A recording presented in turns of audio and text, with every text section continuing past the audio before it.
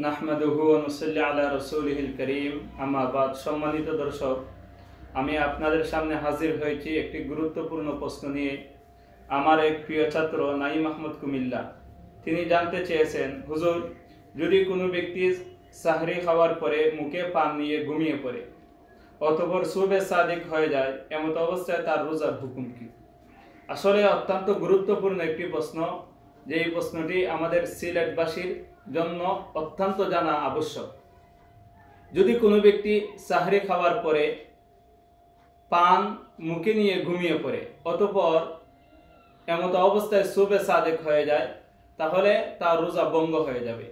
কেননা যখন পান মুখে নিয়ে ঘুমিয়ে পড়ে এমত অবস্থায় মুখ থেকে অনেক সময় পানের রস ভিতরে ঢুকে যায়, এই জন্য তার রোজা ভঙ্গ হয়ে যাবে। তার জন্য করণীয় হলো যে সে ব্যক্তি সুবে সাদেকের পরে মুখ ধৌত করে সে বাকি দিন অনাহার অবস্থায়, অর্থাৎ রোজা রাখলে যেই অবস্থা হয় এইভাবে সে সারাদিন উপবাস থাকবে, কোনো কিছু পান করবে না। এটা হলো তার জন্য মুস্তাহাব।